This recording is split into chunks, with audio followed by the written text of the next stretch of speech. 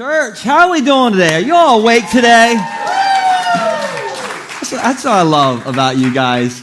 Hey, every week when I start out and I'm standing right here, the first thing I want to say is, guys, wasn't the worship amazing today? Come on. And then I think, I can't say that because I said that last week. And the week before that. And basically every week, I can't help it, guys. Wasn't the worship amazing today? I mean, I'm just so thankful for those guys.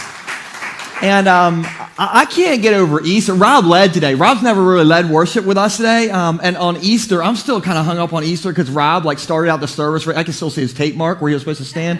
And he started out and he was like, because he lives. And I was like, it's going to be a good Easter. And it was a good Easter. Anyway, I won't sing anymore for y'all, but I'm just really glad you're here. Some of you, this is your first time here, and we are so honored, so excited if this is your first time hanging out with us. And listen, maybe you've always wanted to cross off your bucket list, go to church in a basement. This is your lucky day. This is it. This is your church in a basement. But however you found your way here, whether it's on your bucket list or not, maybe somebody drug here. I don't really know, but I'm really, really glad that you're here. Also want to give a shout out to our online family. Good morning, good morning, good morning. And I want to give a shout out to some of my friends who are normally sitting like right here, not there because that's put your name in spot, but normally sitting right here. And I'm talking about John and Kim. And if you don't know who John and Kim are, I think we have a picture of John and Kim to throw on the screen for you. Yeah, John and Kim. They are front rowers, and I love front rowers. More than second rowers. I'm sorry, second row. But I love front row. Sorry, Compton's. But I love... You're not chopped liver. All right, next week I'll give a shout out to the back row. Okay, back row. Everybody's mad at me at this point except for you all. Y'all, we're good? But I love John and Kim. Now, John and Kim, you know where they're at? They're not in the front row right now. They are watching us from Costa Rica. I am not jealous. I am not jealous. So I thought on 3 for John and Kim. They told me last weekend they were going to be watching from Costa Rica. I thought on 3 we could all grit our teeth and we could say, oh, I'm so happy for you. All right, I'm so happy for you. On 3 for John and Kim. Here we go. 1, 2, 3. I'm so happy for you. Hey, we started this new series last weekend called I Declare War. And if you weren't here last weekend, maybe you're sick, maybe the dog ate your homework, I don't know what happened. But this series is all about declaring war over the stuff in your life that's declaring war over you. Declaring war over the stuff in your life that's declaring war over you. And I just want to start out with a question. I like to always get interaction from you guys. How many of you love YouTube like I love YouTube? Any YouTube fans in the room? All right, look, put it up all the way, because this makes me feel better about myself, all right? I love YouTube, you guys. Like you can take away my Netflix account, you can take away my Hulu account, but if you take away Disney Plus or YouTube from me, I will church chop you. I love YouTube, okay? I'll Holy Spirit kick you if you take away YouTube from me. And I go like deep down, like the YouTube rabbit hole when I'm watching YouTube, okay? I'll see a video, I'm like, stranded on an island for 48 hours. Definitely watching that. And then it'll start recommending videos to me like, do you want to watch a video on wolves? Yeah. Do people say no to video on wolves? And like the other day, I watched a 30-minute video on how to cook the world's greatest fried chicken. Am I ever going to make that fried chicken? Absolutely not. But it was fascinating. I watched the whole thing. Like I thumbs up it. I love YouTube. I go all the way down the YouTube rabbit hole. Anybody else, you go down, you just kind of get going. Just takes it. Yeah, there you go. And one of my favorite channels on YouTube is Fail Army. Yeah. Anybody watch Fail Army stuff? One of my favorite things that Fail Army puts out is workout fails. When people video other people working out wrong. And if you've never seen these, I got a couple for you. We'll throw up on the screen. So this is your lucky day if you haven't seen Fail Army videos.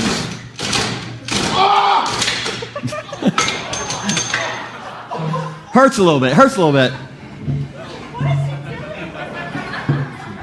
That's a new push-up, right? That's a new kind, new form. That's not how you use that machine.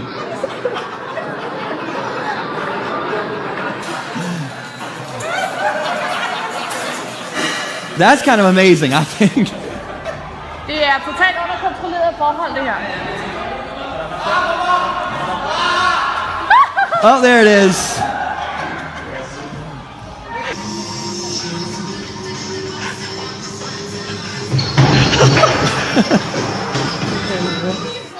Come on, aren't those great? Don't they just make you feel better today? Now, that last one on the treadmill, I don't think fail videos on the treadmill are funny because I've had my own like YouTube fail video on the treadmill. This is a true story. Years ago, I was at the gym and I was running on the treadmill and I was going full out, sprinting, you guys, as hard as I could, and the electricity went out.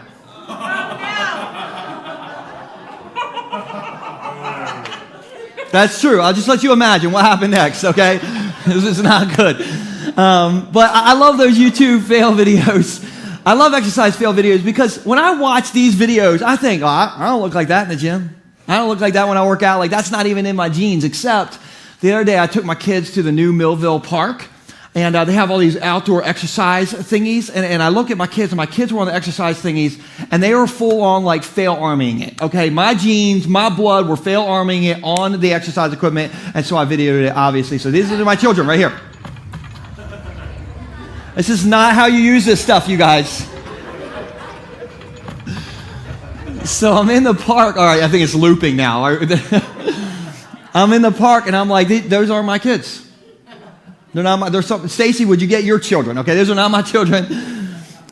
But in my mind, I like to think, like, when I work out, I don't look like that. I don't mess up like that, except the other day, I was in my living room, and I was doing the plank. You guys know about the plank?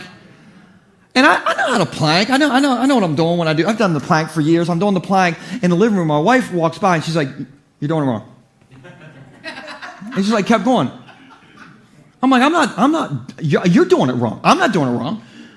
And she said, "You got to get your butt up in the air more." I'm like, "What? Why are you talking about my butt?" She said, and so I thought I was doing it right, but this is how I do a plank. This is how some of you won't be able to see this. When I do a plank, I'm like this. Yeah, Amy's telling me I'm doing it wrong too. Listen, I'm not Richard Simmons. I'm not sweating to the oldies, perfect form, Amy Vanderkamp, or whatever. I didn't know I have an any plank. You need an Audi, okay? You need an Audi. Listen, if you're doing the any plank and my wife walks by, she will call you out, you guys. But I've been doing the any plank my whole life. I didn't even know. Like, I have a dysfunctional planker. And it's a workout blind spot for me. I'm on fail army, basically, when I do the plank. And so I tell you that because I was blind to my own blind spot. And do you know it's possible to be blind to your own blind spot in life? Do you know it's possible to have like some dysfunctions in your life that you don't see? Blind spots that you've been doing for so long that we don't even realize we're doing them. And you know this is possible? Blind spots that we've been doing for so long that we just kind of like, they're totally normal to us. And the reason I bring that up, and the reason that matters is because this book, and Jesus in this book says, for freedom, we're set free. Yes. But blind spots don't free us up. They kind of like lock us up. Now, I know some of you're kind of looking at me confused. You're like, blind spots. Like, that's what happens when you're driving your car, right? Pastor, planker, like it's all about blind spots in the car. Listen, I know vehicles have blind spots. My wife's minivan has a blind spot because she may or may not have run into her house the other day. All right, but I'm not allowed to tell you that story. Not a big deal. I'll tell you about, it's just a little scratch, okay, in the house. Anyway, but blind spots, we can also have blind spots. We have blind spots in our car, but we can have blind spots in our life, okay? Like saying things that we shouldn't say, like me just calling my wife out. That was a blind spot. I shouldn't have done that. Blind spots like thinking things we shouldn't think, or spending money. Wawa, Hoagie Fest. Right? Blind spots can be our health. Wawa, Hoagie Fest, right? Blind spots can be the way that we talk to other people. And maybe it's how you parked at church today. Okay, you're like, I parked good at church today. Okay, no, sir, you covered like 17 parking spots, right? And so we all have blind spots in our life, okay? It could be all these different things. Now, how many of you have a phone? If you have a phone, just lift up your phone in the air. If you have a phone or you think you have a phone, you just lift up your hand. You don't have to get it out of your purse. You got a phone? Okay, some of you are like, I'm doing my Walmart grocery pickup order right now. Okay, I'm in the middle. Who's got an iPhone? iPhone people? Wow, okay, these people love Jesus. This is good. Android people. Proud. Okay, listen, you didn't like that last joke, did you? I'm sorry. It's a blind spot for me. I'm sorry, but hey, did you know that we touch our phones? Blind spots can be a massive phones can be a massive blind spot for us. We touch our phones 2,617 times a day. That's all, right? Like I'm under that. I'm below average. That 2,617 times. That's a lot of Fortnite, Butch, right? There's only 1,440 minutes in a day. If you're an iPhone user, we unlock our phones about 80 times a day. That's 6 to 7 times every hour that we're awake, okay? Like that we're on our phones all the time. I'll think about Facebook for me, and who's on Facebook? Not right now, but in general, you're on Facebook, okay? Okay, a lot of people on Facebook, online family, you're on Facebook right now, a lot of you guys. Facebook can be a major blind spot for me, and so I don't post on Facebook. I'm not a poster. I look at what you all post, and I pray for you all, okay? That's what I do. But Facebook can be a major blind spot for me because I post like once a year. The last post I made, I'll put a picture up. This is the last post I made. Nope, not that one. That's a woozy face emoji, by the way. This one right here. This is from September, this past year, and I took this picture of my son, and I thought, how do I not post this picture of my kid? And I'm probably the only one, but I like blast my children with a leaf blower like once a week, and they love it. Okay, it's their favorite thing. And so I was like, okay, I'll blast you guys. But it was National Sons Day in September. I didn't know that was a thing, but I was like, I'm gonna post this picture of Nixon, and I posted this picture. And know what I did as soon as I posted it for the next 2 hours? Just kept on checking my phone. Did I get any comments? Did I get any likes? Did Butch comment on it yet? Okay, no, he didn't. Have you ever done this? Like you're checking it over and over and over again. Like, did I get anything? And the reason I was checking it is because scientists have found out really that whenever we get a like or a comment, dopamine is released in our brain. And so the same part of our brain lights up when we get a like and a comment that lights up when a gambler pulls the lever on the machine. And so like that happens. So I'm like, I got a like, yeah, cha-ching, right? I hit it. And so this week I deactivated my Facebook account. I'm like, I'm a gambler. Apparently I got a blind spot, and so I deactivated it. It's been a pretty great week, y'all. I don't know what y'all have been doing in your life. I haven't been as worried about y'all because you ain't been posting the crazy stuff. I can't see it. But listen, what's interesting to me about social media is because of social media, we're more connected than ever before, right? But I think because of social media, we're also more lonely than ever before. And this isn't like an anti-Instagram message, okay? This isn't an anti-Amazon message. I don't think Jeff Bezos is the Antichrist, y'all. I love technology. In fact, 5 times as many people will watch and listen to this message by the end of the week as people who will be in the building today between both services. And so I'm in Costa Rica right now with John and Kim. I don't really feel like it, but I'm in Costa Rica. I mean, I love technology. I'm about using technology. I just don't want to be used by technology. You know what I mean? And so, I don't want to be nonstop Netflix, Disney Plus, Hulu, Instagram, Spotify. Guys, we need space in our life to be still and know He's God. We need space in our life so that we can, disconnect from our devices and connect to real people, human beings. Hey, touch your arm right now. Just touch your arm. That's a person. That's flesh and blood. And so, we need to be connected to actual people. Is anybody with me? Yes. Okay. And so I don't know what your blind spot is. You know mine is like social media and my plank, all right? But everybody just say this with me. Say, I got a blind spot. All right, now turn to your neighbor and say, I know, I heard you singing during the worship. I heard it. Hey, I just want to show you one passage today out of 1 Thessalonians, and I'm going to use the Message version. I only use the Message version once a year, so lucky you. This is the once a year that I get to use this version. And I really like how it kind of paints this passage. So 1 Thessalonians chapter 5, starting at verse 5, says this: you're sons of light, daughters of day. Pause. Okay, I'm not a very poetic person, so I'm already confused. All right, that means we're God's kids. All right, just simplify, we're God's kids. Okay, you're sons of light, daughters of day. We live under wide open skies and know where we stand. And so let's not sleepwalk through life like those others. Let's not scroll, swipe, double tap, okay? Let's not let's not do the plank like Joel. Let's not be blind to our blind spots, do all that stuff through life. Let's not sleepwalk through life like those others. Let's keep our eyes open and be smart. People of people sleep at night and get drunk at night, but not us. Since we're creatures of day, in other words, God's kids, since we're creatures of day, let's act like it. Everybody say, let's act like it. Let's act like it. Walk out into the daylight sober, dressed up in faith, love, and the hope of salvation. God didn't set us up for an angry rejection, but for salvation by our Master, Jesus Christ. That's an amazing sentence that I just read. He died for us, a death that triggered life. Whether we're awake with the living or asleep with the dead, we are alive with him. Is anybody thankful for that right there? We are alive with him. And so there's a lot that I just read, but if I could just kind of pack that all into one sentence. All right, here's how I would say that is all summarized, is this. Our daily activity should come from our new identity.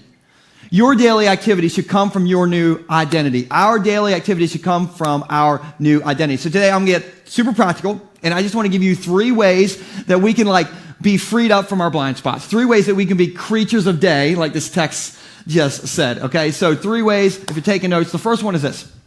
How do we act like creatures of day? All right, next one. How do we act like creatures of day? Or how do creatures of day act like it? They need the right squad. They need the right squad. So I'm an 80s kid, and I think the 80s was the greatest decade. Can we all agree that the 80s was the greatest decade? Some of you are like, I was like minus 10 in the 80s, okay? So, and maybe you don't think the 80s were the greatest decade. Let me give you 3 reasons why the 80s was the greatest decade. Number 1, we had the greatest movies in the 80s. Short Circuit and Back to the Future. Come on, Biff. In the 80s, Domino's had to get the pizza delivered to your house in 30 minutes or less, or the pizza was free. Who remembers the glory days? Domino's drivers were crashing all over the road, all right? They couldn't get your house fast enough. And in the 80s, you could ride in the back of a truck and nobody called the cops on you. Those were the days, people. Listen, I used to ride in the back of a truck weekly as a kid growing up. Anybody else, did you do this when you were growing up? Yeah, I'd have like a grape soda, eating tasty cakes. I mean, it was like my version of Fortnite as a kid, all right, in the back of a truck. Nowadays, if I see even a dog in the back of a truck, I'm like, that's dangerous. Maybe I should call the police. I don't know. But when I was a kid, we'd be 10 deep in the back of the truck, and the dog would be inside the truck. Right? If you do that nowadays, you're on the FBI's most wanted list, okay? You can't do that stuff. And you can't do anything nowadays, which is why I love it that over here at Lefty's, you can throw an axe for fun. Do you guys know about this? Lefty's has gone full-on 80s mode, and you can rent a room, an axe throwing room, get all your friends together. They give you all axes. In a small room, you start throwing axes. What could possibly go wrong?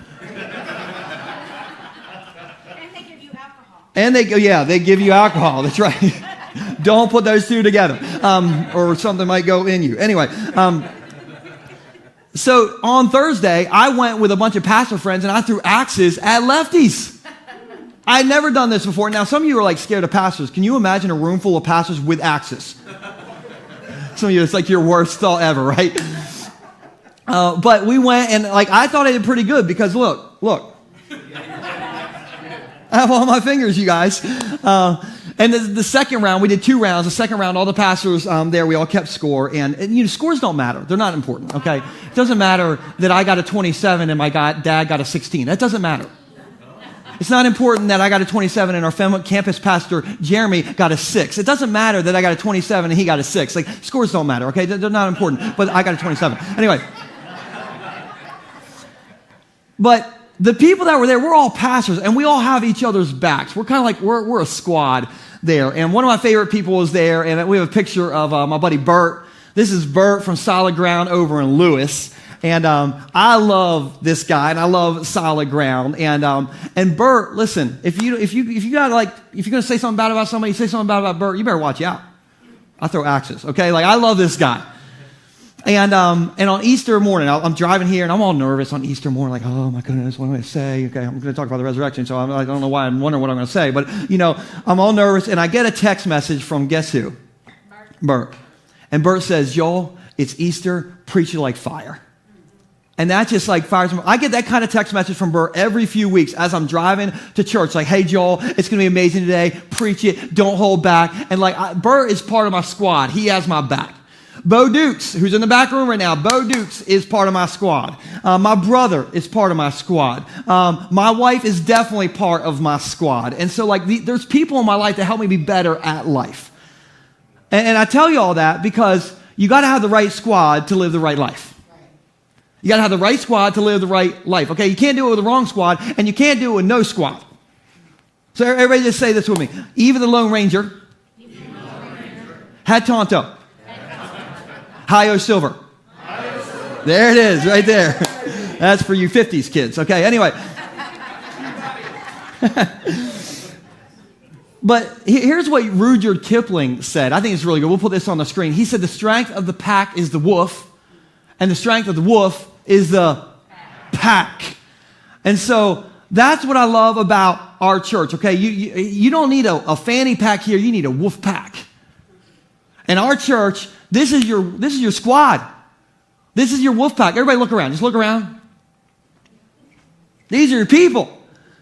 All right, around here, we got each other's backs. We look out for each other. We're pushing each other to be better at life, to be more like Jesus. And so if you need a wolf pack, if you need a squad, this is your wolf pack. This is your squad. And the strength of the wolf is the pack. Well, let me give you an example of this. Last Sunday, I was not on my A game. When I showed up last Sunday, it's the week after Easter. And just kind of to get into preachers' heads, the week after Easter, you were toast. And so I showed up to church last Sunday, and I was still Easter dragging, you guys. I was just Easter hangover in my head, and I showed up, and so I'm in this room, just kind of thinking what am I going to say? I just got to get my stuff together. And so I went in the back room, which right through these doors in the back room is our Next Steps room, and I'm in that back room, just kind of working through my message, and Miss Patsy flies in. Okay, didn't even just kind of walk in. She glided in, you guys. And Miss Patsy, I can't prove it, but I think she had a Mountain Dew, all right, last Sunday. I'm not sure. And some of you don't know Miss Patsy. Her picture's on the screen. And you're not supposed to have church favorites, but let me just tell you, Miss Patsy is my church favorite. I love Miss Patsy, you guys. And so Miss Patsy was fired up last Sunday morning. She came in, and she's like, can I tell you all something? I'm like, yeah, go ahead, Miss Patsy. And she's like, I am fired up about Jesus today. She said, Jesus is making me happier. He's making me better. He's making me younger. Okay, he's all this stuff.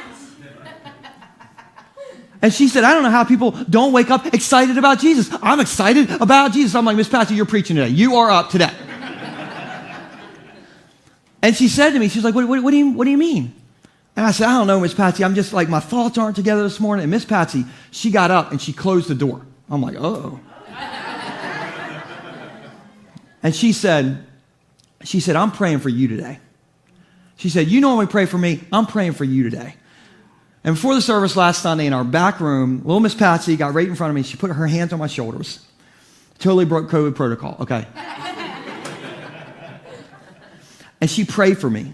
And it was the most amazing, fired up prayer. And when she was done, I felt like a new person. I felt like a new person. She had my back on a not so great day for me. And I'm just telling you, if I was wound up on the stage last Sunday, it's Miss Patsy's fault, okay? Because she had a Mountain Dew. I can't prove it. I'm pretty sure she had a Mountain Dew. But we need people in our life like Miss Patsy, don't we? All right, people in our life who will have our back on not so great days, people in our life who will look out for us and make us get fired up for Jesus. Do you know how much influence we have over each other? We have so much influence. Let me just give an example. All right, here we go.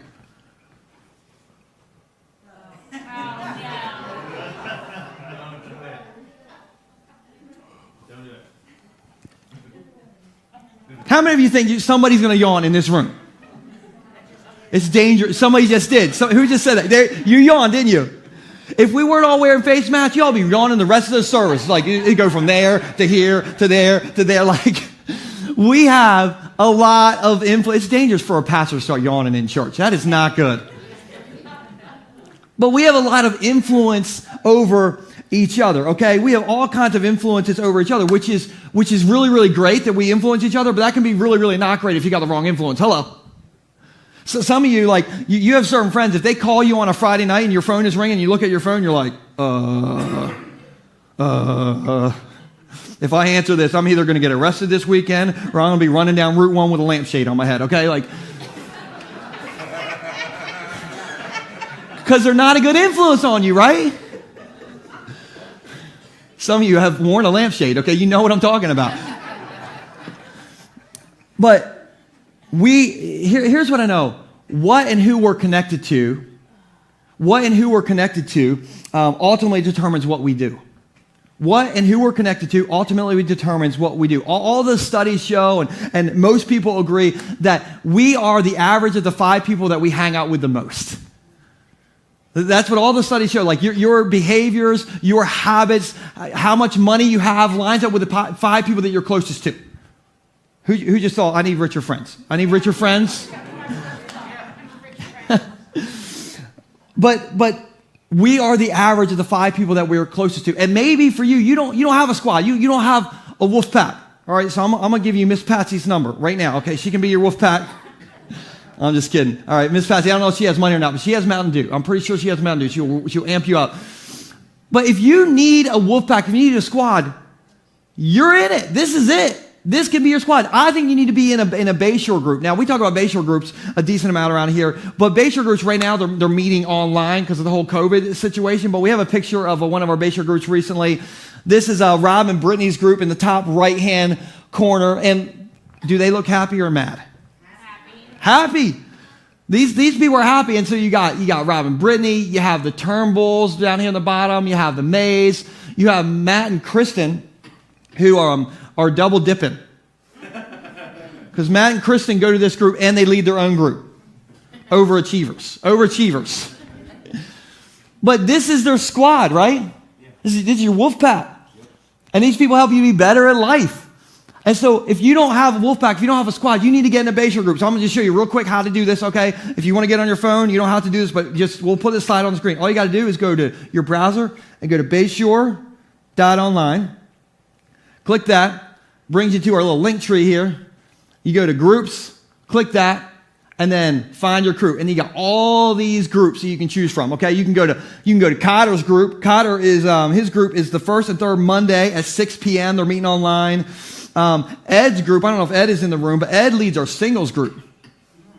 All the single ladies, Anyway, so they are the first Wednesday of the month. Then you have Rob and Brittany's group. They are the last Monday of the month. And then you have Kathleen Fluharty's group. You have Matt and Kristen's group. Matt and Kristen have the best picture on here, by the way, because they're overachievers. And they meet every Thursday at 7 o'clock. And so if you need a wolf pack, if you need your crew, this is how you get them. Bayshore.online, go to groups, and you sign up for any of those groups, and we'll get you tied in, and you just do it from your couch. All you got to do is, make sure you have some, something on, okay? So you can go to these Bayshore groups. I shouldn't have said that. That was in my notes. But listen. The reason I plug Bayshore groups is because the easiest way to change your life is to change your friends. The easiest way to change your blind spots is to change your friends. And so all of us, we need people in our life who can look out for us, who can have our back, who can push us to be better at life and to be more like Jesus. Because you can't live the right life if you got the wrong friends. And so if you want to live the right life, you got to have the right people. So creatures a day, they need the right crew. The second thing is, how do creatures a day act like it? They stand up with confidence. Everybody just give me your Captain America stance. Come on. All right, I see it. I see it on some of you guys. So my dog Eli just turned 13 the other day. Give it up for my dog Eli. He's watching on YouTube right now.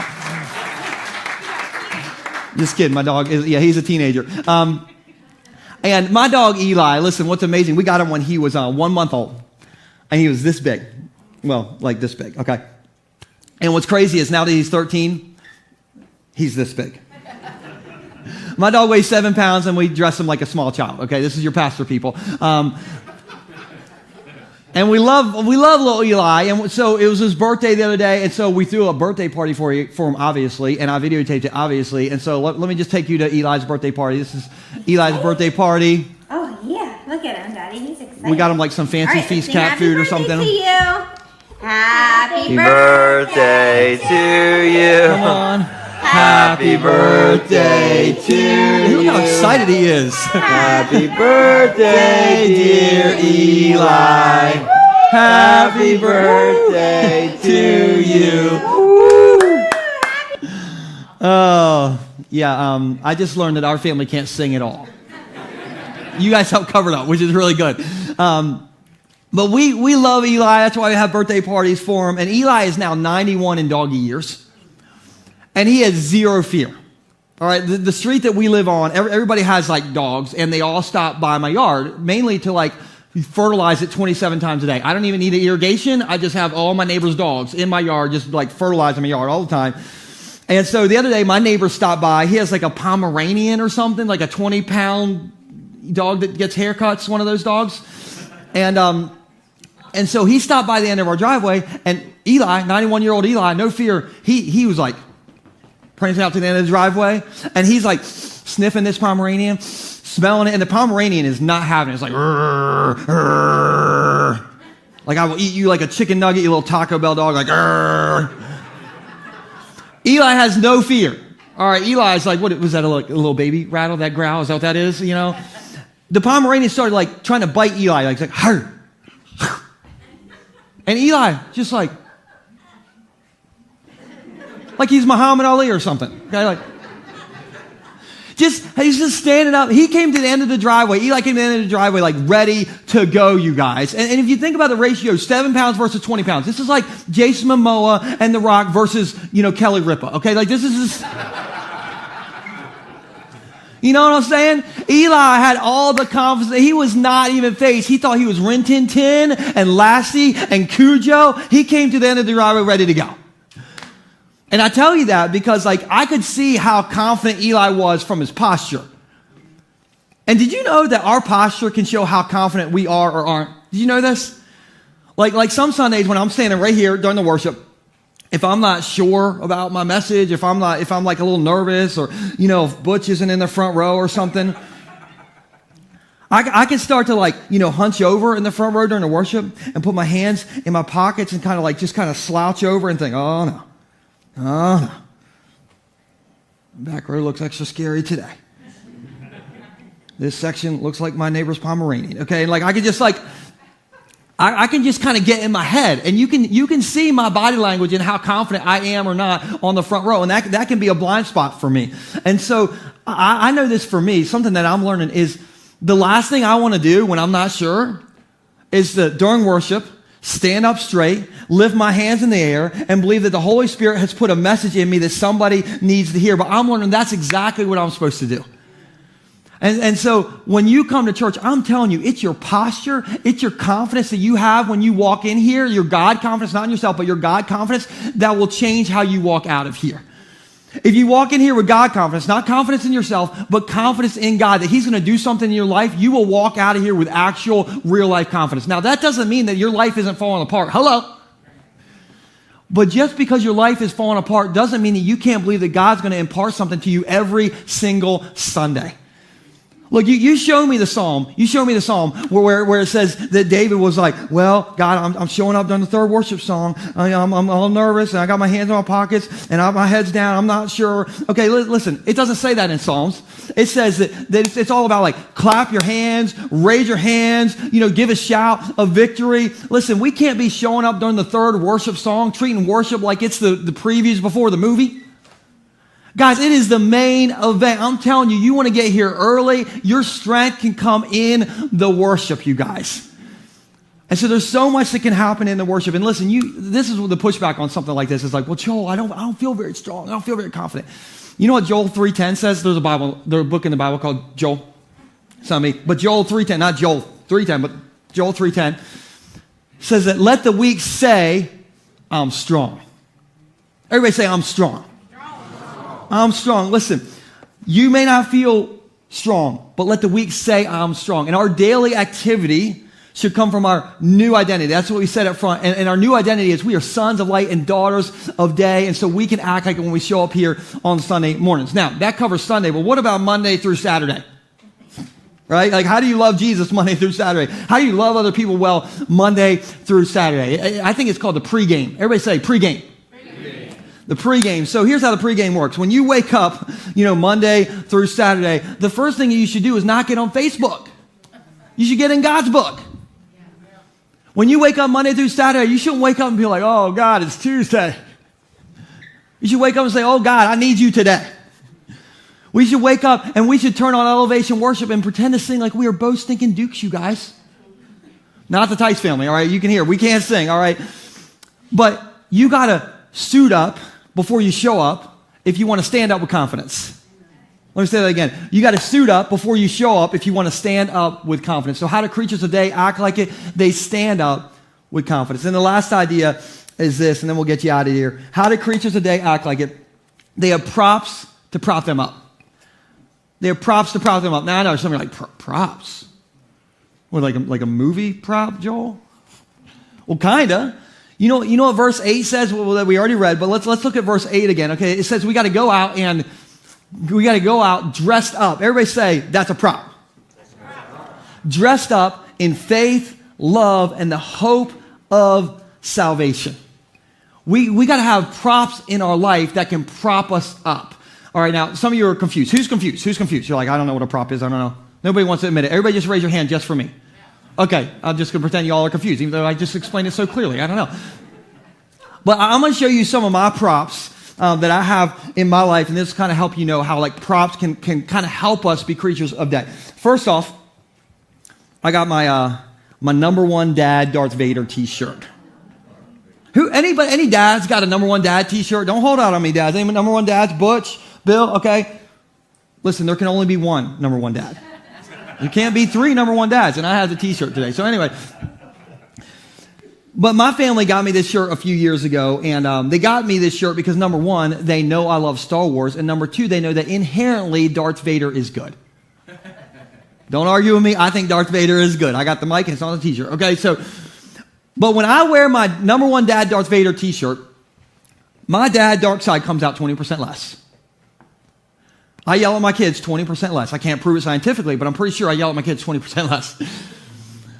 But when I'm wearing my number one dad t-shirt, it reminds me, hey, Joel, you're a good dad. Act like it. You know what I mean? And so this is a prop for me. Another prop for me are these noise-canceling headphones. Now, let me give you a little backstory on these. I got these right after my daughter Nora was born because I hate hearing babies cry. This is why they won't let me serve in Bay Shore babies, okay? This is why, right here. So listen, every time Nora was crying, you know, like a Cowboys fan or something, or Eagles fan, I don't know, Carter was making fun of our Ravens earlier today, so we're going to bring it back. But whenever Nora would cry and like I was on dad duty, I'd put these things on, I'd hold her, I'd be like, it was good. Come on, if you have kids, this is brilliant, right here. You need these.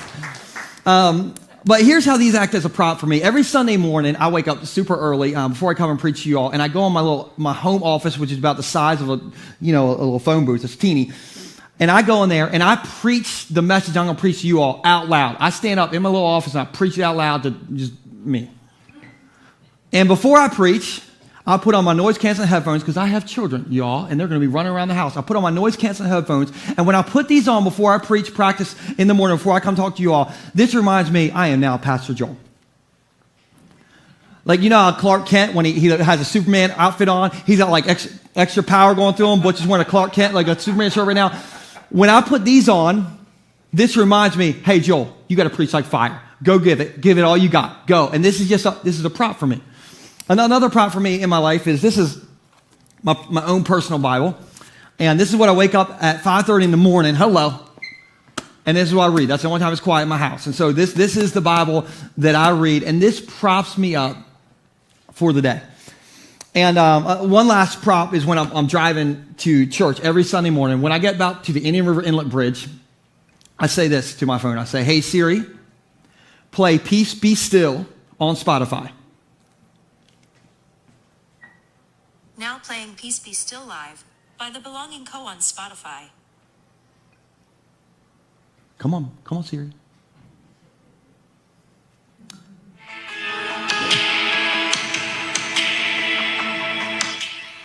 And I play that on my ride here to kind of like get me fired up. Now, just by the way, am I the only one who feels like I'm cheating on Google or Alexa when I talk to Siri? I'm like Siri. I'm like Google. You're my number one, but Siri, she was just here. She was ready to answer my call. Anyway, so when I'm driving here, I always play Peace Be Still. It props me up, and props can help us be stronger in life. Props can help remind us of something. I have a friend, her name is Reagan, and everywhere she goes, she walks around with a 100-ounce bottle of water thingy. Have you guys seen these? I'd be in the bathroom all day. All right, that's what I would be. But that prop reminds her, hey, I'm healthy, and I'm going to drink 100 ounces of water today. My friend Ellis, who will be in the next service this week, he sent me a picture of his prop on the beach. We'll throw this up there.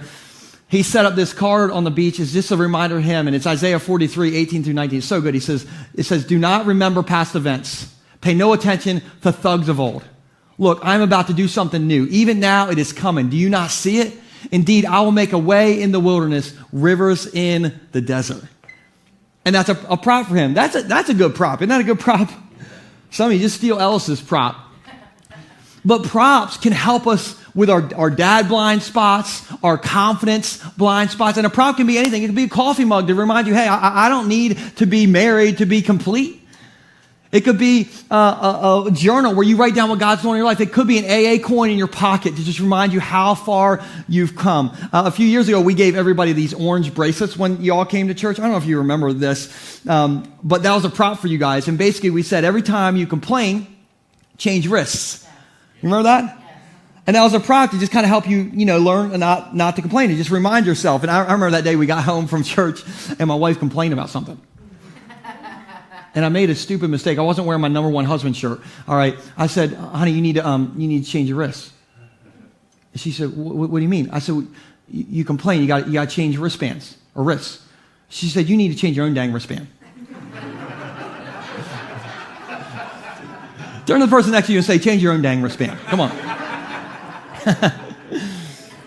But sometimes it's something as simple as a prop to prop you up to be the best version of you. Now, I know with all this, it's kind of like, Joel, what, you want me to pretend like I have confidence? You want me to have props in my life? What do you want me to be fake? Listen, I'm not asking anybody to be fake. I'm reminding us that we should act like who God says we are. All right, you should act like who God says you are. And he says we are a son of day and a daughter of light. And so we can let that prop us up. We can have confidence and stand up in confidence no matter what kind of stuff we're standing up against in life. And that can help remind us to put the right squad around us to make better choices. And so listen, our daily activity should come from our new identity. And so I hope something out of that grabbed you, whether that's you need a prop in your life or you need to sign up for a Bayshore group or, maybe you just need to have something in your life to just remind you of who God says you are. So let me just pray for you guys. Jesus, I'm so thankful for your words and just some of the practical stuff that we can get out of that be creatures of day. Be daughters of light. And God, I just pray that you'll just help us walk out of here knowing, hey, we have a lot to be confident in. And God, you are with us. And help us to know that we can have props in our life to prop us up, but we can't do life alone. And so God, I know we all have blind spots. Help us to see those blind spots. Help put people in our life to help us with those blind spots. And God, I just pray we'll walk out of here with our head up, not because we have confidence in ourselves, but because we have confidence in you. In Jesus' name, amen.